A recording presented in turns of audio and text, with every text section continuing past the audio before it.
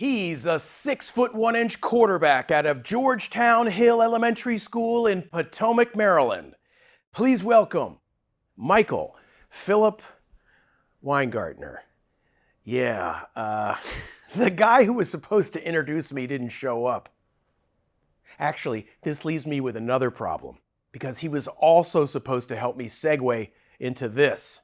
Some like it hot and some sweat when the heat is on.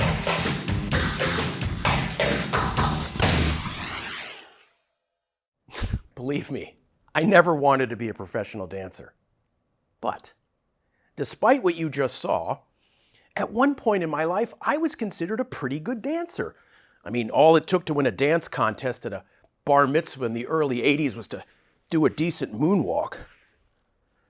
All right, I'm just going to put my sneakers on now. Yes, I know. Look, I swear, this is the only part of the program I've stolen from that fucking hack, Mr. Rogers. Well, my taste in sneakers has not evolved since I was 13. Thankfully, my taste in film has broadened a bit. In 1985, I liked one movie and one movie only. Chuck Norris, Invasion USA.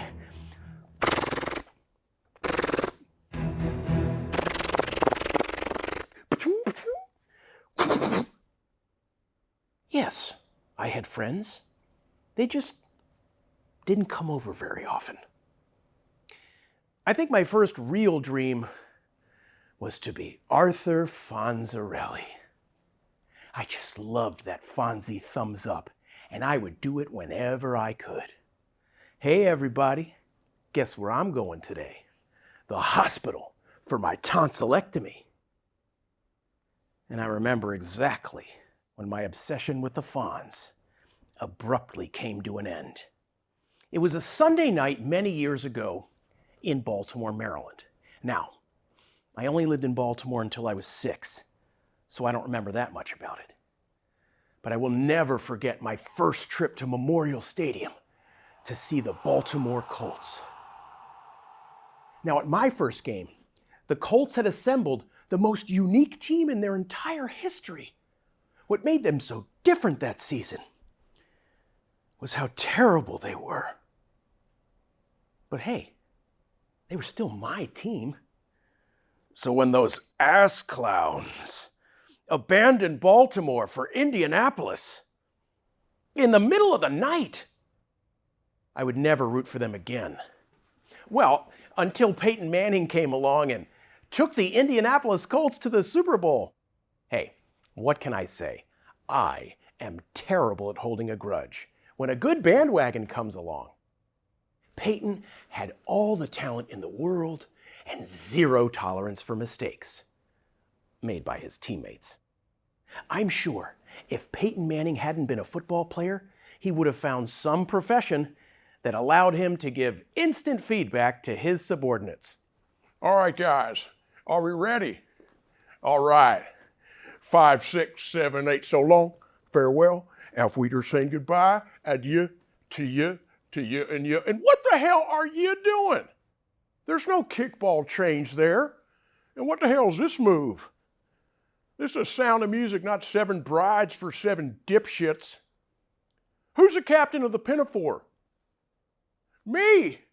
That's who. I'm the shit king of Fuck Mountain. Now we're going to do this again. We're going to do it right. Or I'm going to go back to Davenport and choreograph the pajama game again. Where was I?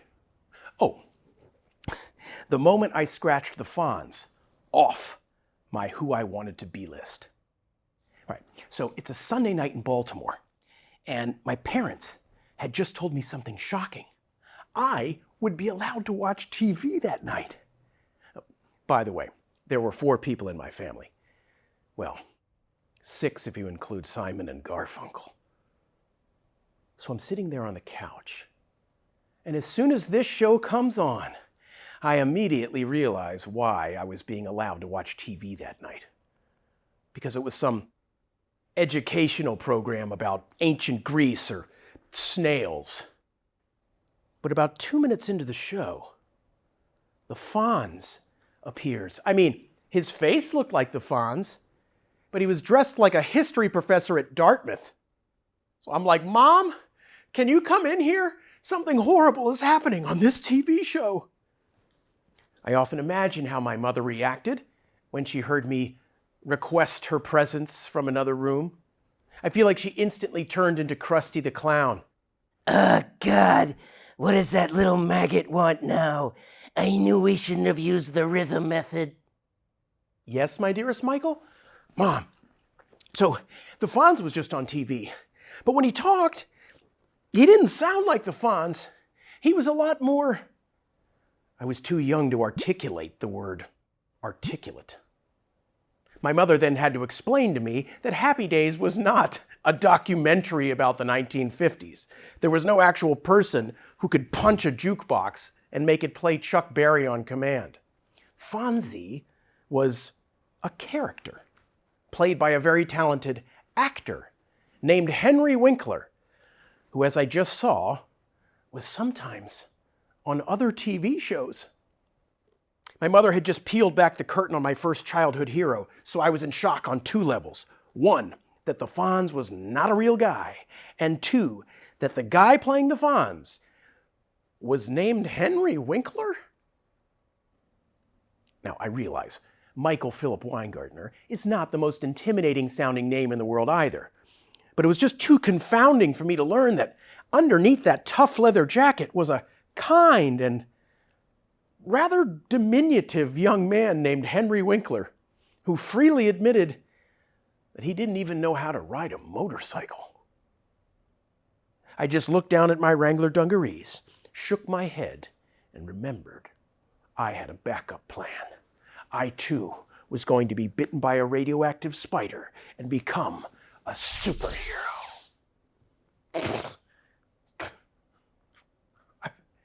I mean, out of all the superheroes we could have chosen for that slide, can someone tell me why I'm looking at Skyman right now? Nothing. Guys, I'm not mad. I would just love to know who's responsible for that choice. Nobody. All right. I guess nobody's going to Little Caesars after the shoot. Chad did. That's what I thought. So when I was a kid, I would pretend to be Batman or Hawkman or lurk behind the bushes and peer into my neighbor's living room. Man. Every day, I would dress up like a member of the Justice League, go out in that field, underneath those power lines, and play pretend, all by myself. Now, I did pre-production before I went out there. Superman cape on, Tron helmet on, Eric Dickerson LA Rams jersey on. You see, when you're an impulsive child who lives in a fantasy world, you have to be prepared, because at any moment, your intergalactic battle against the Decepticons can suddenly turn into a 3rd and 8 against the Dallas Cowboys. And when I was running around back there, all alone in that electric prairie, there was nothing I wanted more than to be a star in the National Football League. I would spend hours in that field, pretending to run away from an imaginary defense. I would return my own punts, take my own handoffs. I would tackle myself often. And of course, during my imaginary games, there was always an announcer on hand. Now, my play-by-play guy was Jack Buck. Remember, my parents ran a very tight ship. This meant no Captain Crunch, ever. No potato chips, ever. And no watching TV on a school night. So I never saw Monday Night Football. I never saw Al Michaels or Frank Gifford or Nordberg wearing those awesomely bad blazers. I had to surreptitiously consume Monday Night Football in my room on the radio. And that was Jack Buck. Jack Buck here at the Hubert Humphrey Metrodome. where the Minnesota Vikings are moving from left to right on your radio. Vikings quarterback Tommy Kramer takes the snap. Kramer finds Mike Weingartner over the middle. And this 82-pound 12-year-old is going to take it all the way.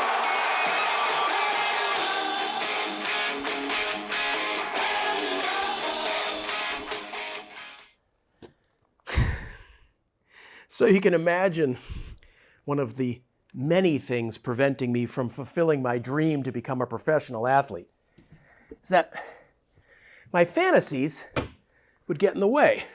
Now, I was a decent basketball player.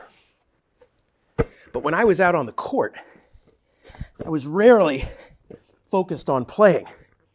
All I tried to do was figure out how to get to the free throw line, because that would be my way of getting on stage. First, I'd walk up to the charity stripe like Kevin McHale of the Boston Celtics. Then, I'd try to line my arm up with the rim like Mark Jackson. I'd take way more dribbles than necessary. A few ball spins, a few knee bends.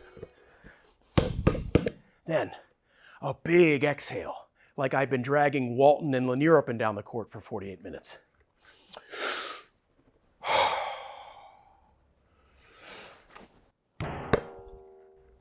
And after all that, you miss the front end of a 1-and-1. It was that same feeling you'd get when you'd ride your bike all the way to that McDonald's on the other side of town, only to find out that the Shamrock Shake is back, just not at that location. Remember, this was the 80s. We wanted the Shamrock Shake to come back. Yes, because it was green, but we also liked how it tasted. We weren't using social media to conjure up an ironic desire for a product like the McRib. I'm not judging. I'm just saying we didn't do stuff like that. We didn't even have the technology to do stuff like that. And for the record, I am too young to be a boomer, and I would never tell you to get off my lawn, because I don't have one. Now, tennis, I was actually quite good. No, not just because I was a suburban Jew. I was better than the average Josh Goldberg, thank you very much. And no, I wasn't some country club kid.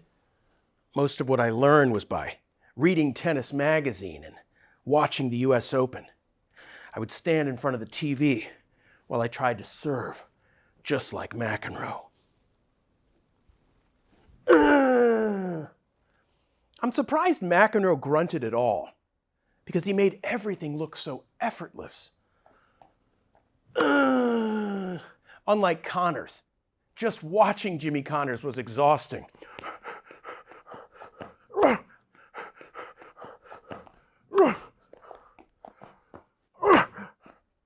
Yes, you are correct. Both Connors and McEnroe are actually left-handed. Now, this reminds me of one of my favorite expressions, which is 2 wrongs don't make a right, but 3 rights make a left. Is it 3? Yeah, it's 3. But there was one tennis player who I didn't want to just play like. He was somebody I wanted to be. His name was Aaron Krickstein. He had long hair and a headband, so that's how I was going to look. He never came up to the net unless he had to, so I stayed on the baseline. He even had this unique way of puffing up his cheeks when he hit the ball. Now, I tried to emulate that, but that's kind of hard to do when you have a big wad of beech nut chewing tobacco in your mouth. Yes, I was a 16-year-old tobacco-chewing tennis player with hair down to my shoulders, a bandana wrapped around my forehead, and an ankh hanging from my earlobe. Fashion-wise, I was like an everything bagel, and I had to be Aaron Krickstein. Even his father and my father have the same first name, and that name is Herb. What are the odds? No, really, I'd like to know. But most of all, I wanted to be Aaron Krickstein when I heard he was dating Carling Bassett. She was everything I loved when I was a teenager. She was beautiful. She was athletic. She was Canadian. But it gets better. Carling Bassett's family ran one of the biggest breweries in the world. There's beer here too. You had my life, Aaron Crickstein. Why, God, why did you choose him? Why didn't you give me the work ethic I needed to make it to the US Open? We all get better at things if we just practice. You think Spock's Vulcan nerve pinch worked the first time he tried it? No, he practiced. But it should have been clear to me I was never going to be a professional athlete no matter how hard I tried. Why didn't I major in something useful? Or better yet, why didn't I learn how to use a blowtorch so I could take some metal and weld it into a shiny bunny rabbit? Yeah, it's cute, huh? Yeah, that gosh darn thing sold for $90 million. Why, yes, I am bitter. I'm now at that stage in my life where when people ask me how I'm doing, instead of just saying, oh, pretty good, now I say I'm doing terribly, and here's why. The why usually relates to how underaccomplished I feel for my age.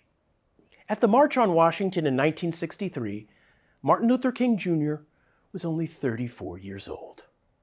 Lena Dunham created Girls for HBO when she was 25. Bill Gates founded Microsoft when he was 19. 19. What the hell am I waiting for? I am now older than Barack Obama was when he was elected president. Now, I never wanted to be president, but I would love to have some of that Barack Obama magic. Obama would be the greatest spokesperson in the world because he could make any product sound good.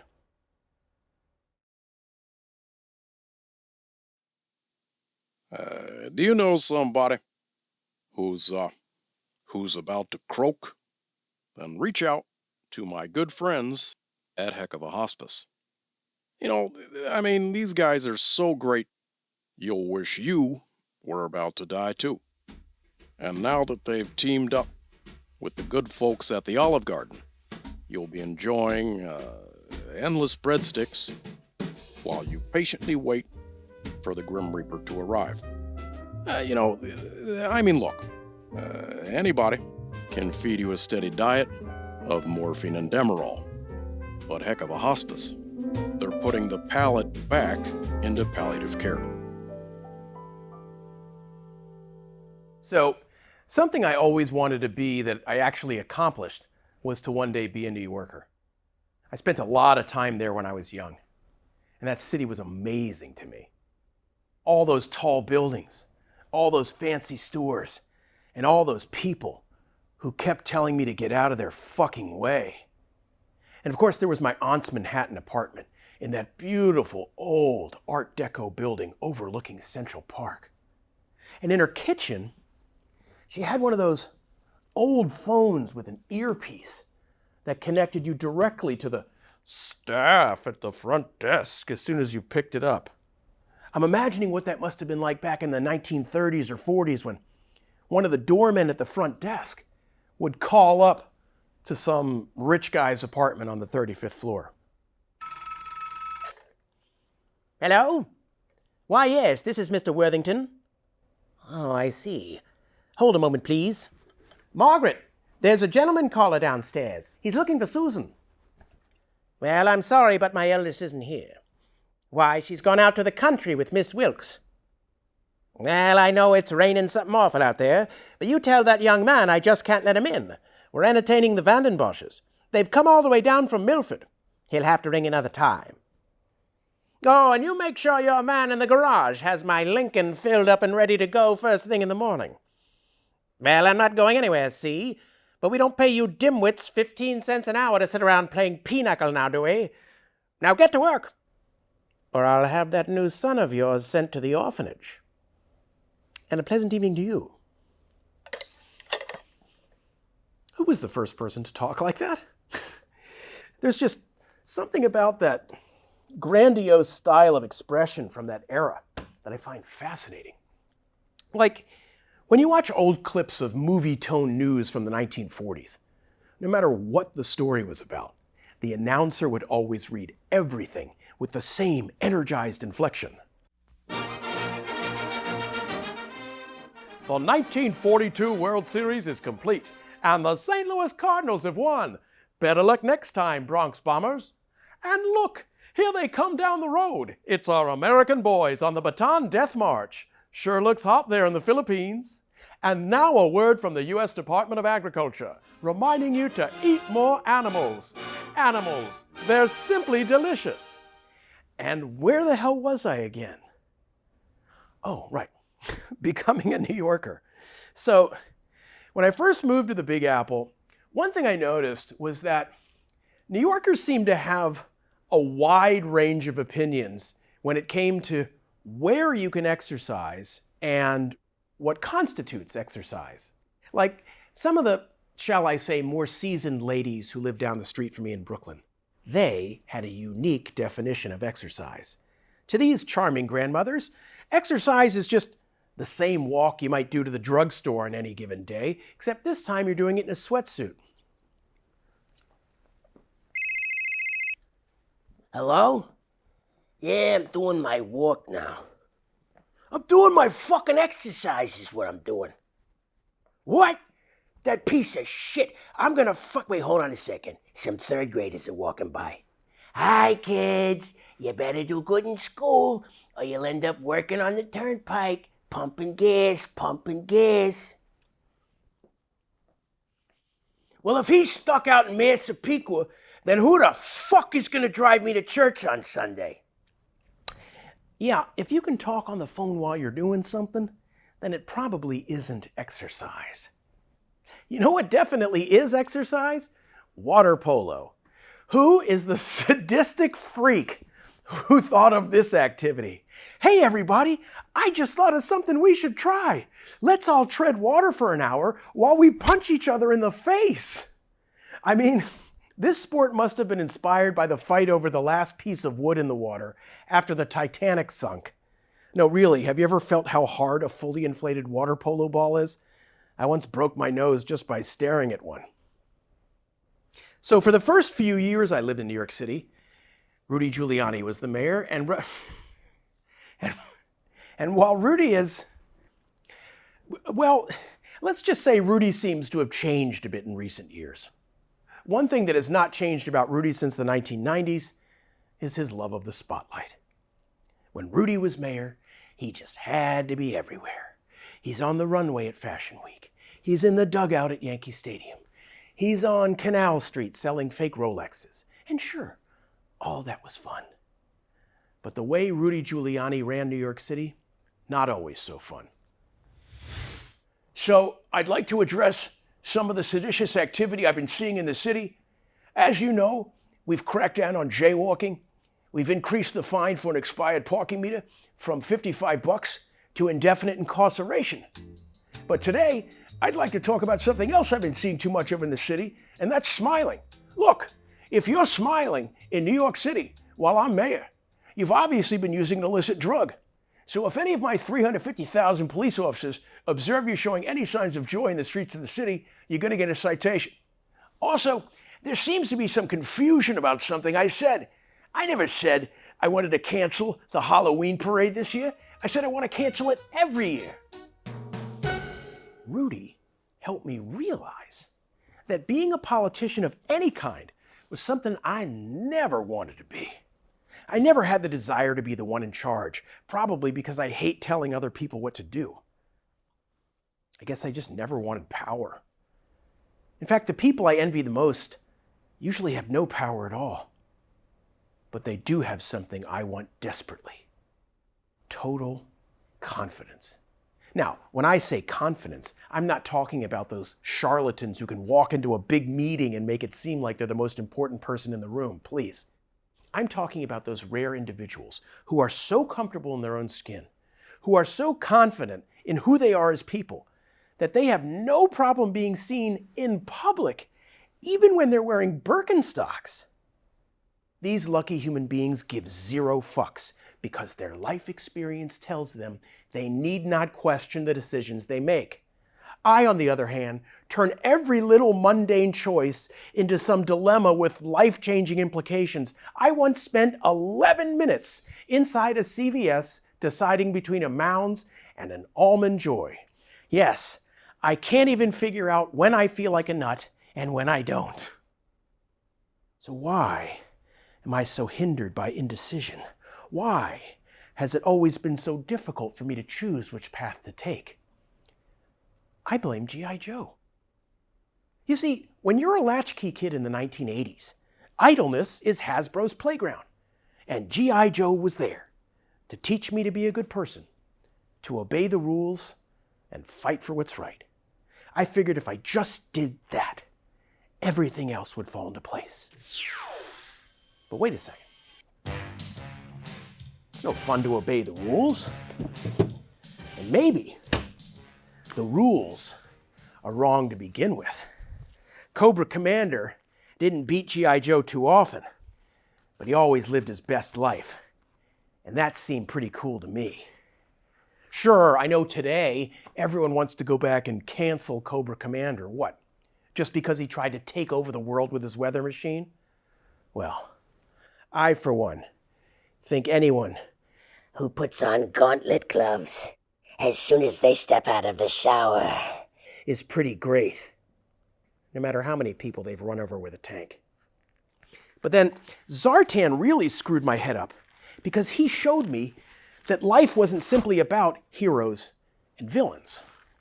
Sure, Zartan was mostly with Cobra because he liked to dress in disguises and shiv people in the back. But Zartan never committed to the good side or the bad side. Zartan was on his own side. To me, this meant you obey the rules some of the time, but not all of the time.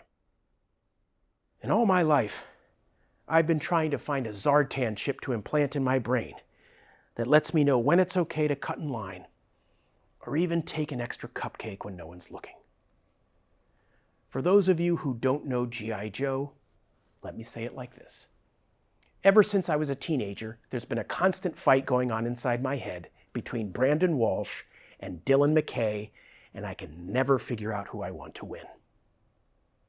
Yes, I have been in therapy, but instead of a psychiatrist, maybe what I really need is a classic wise person to show me the way forward, like I would have given anything to have had 5 minutes with the great Nelson Mandela. I'm sure he could have knocked some sense into me. Michael, you should try, maybe just for 1 hour, to just shut the f*** up and listen. I do know one thing. They once gave me a test that would determine if I had ADHD, but I couldn't concentrate on it long enough to finish it. And this is what my career has been like. Always working hard, but always being distracted by every shiny object. I guess the good thing about being restless from a professional standpoint is you end up having lots of different experiences. One cool thing I did was in 2013 when I was asked to be a correspondent and a pilot for CNN. I know, me as a correspondent for CNN or any news network sounds ridiculous. But given where I was in my life in 2013, it was slightly less ridiculous.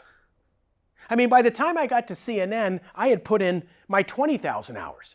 So I thought I was ready. I was ready to go anywhere for a story. I was ready to go wherever Anderson Cooper didn't feel like going that time. But most of all, I was ready to talk like a TV news correspondent. You see, as cars go faster, they become tougher to steer. And authorities say Mr. Johnson was driving 90 miles an hour with a blood alcohol level of a lot. So that got us at Dateline thinking, is it really harder to do things when you're drunk?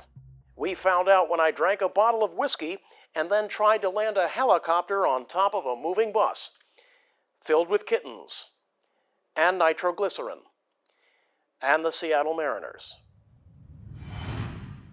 When we finished the pilot, they told us it was great. And whenever somebody tells me I done good, 10-year-old me playing fantasy games in the backyard immediately takes over my brain. I was sure that 6 months into that job, I'd be talking to Terry Gross on Fresh Air about that extraordinary story I did in, well, you can tell by the number of times you've seen me on CNN how it worked out for me over there. I was so mad. But I shouldn't have been. Yes, I was pretty good at the TV news thing, but you know what? A lot of other people are too. And to be fair, CNN made the right choice by passing on Mike Weingartner. I mean, what would have happened if I had actually been a correspondent for CNN or any major news organization? Let's say I was supposed to interview the Secretary General of the United Nations. As soon as they sat down, I'd probably throw the questions in the garbage, and instead, I'd ask them if they wanted to play Connect 4. Because that is the kind of guy I am. And maybe that's okay. Yes, I have a robust intellectual curiosity, but you know what? I'm also kind of a jackass. What can I do about that? Nothing. I wasn't born with X-ray vision, and I don't have a power ring. What can I do about that? Nothing. I don't have dance moves like Bruno Mars or John Travolta. What can I do about that? I mean, I guess I could take a dance class. Look, I was born in the early 70s, part of the last generation to grow up in a mostly analog world. So I guess it's only fitting that someone my age would have their midlife crisis during a good old-fashioned global pandemic. Spoiler alert, the end of this is not all that original, but it is corny. Spending a lot of time by myself over the past few years has helped me realize something. All those dreams I had when I was a kid, to be Joe Montana, or the Incredible Hulk, or just to be that rare man who looks good in a pair of Oakleys. All those people I pretended to be, real or imaginary, they were the ones who brought me joy. So now I realize what I've been doing all these years. I've been trying to find that thing that I can do that can bring just a little bit of joy to somebody else.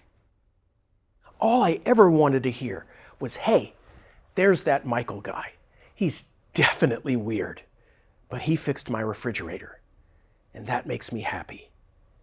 That's who I wanted to be.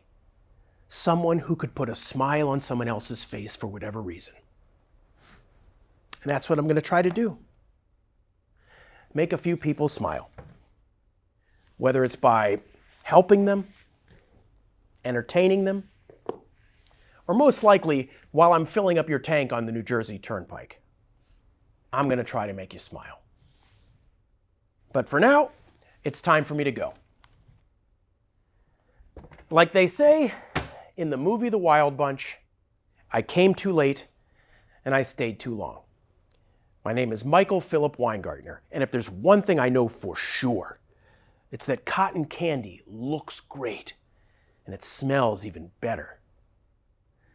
But buying it is always a mistake.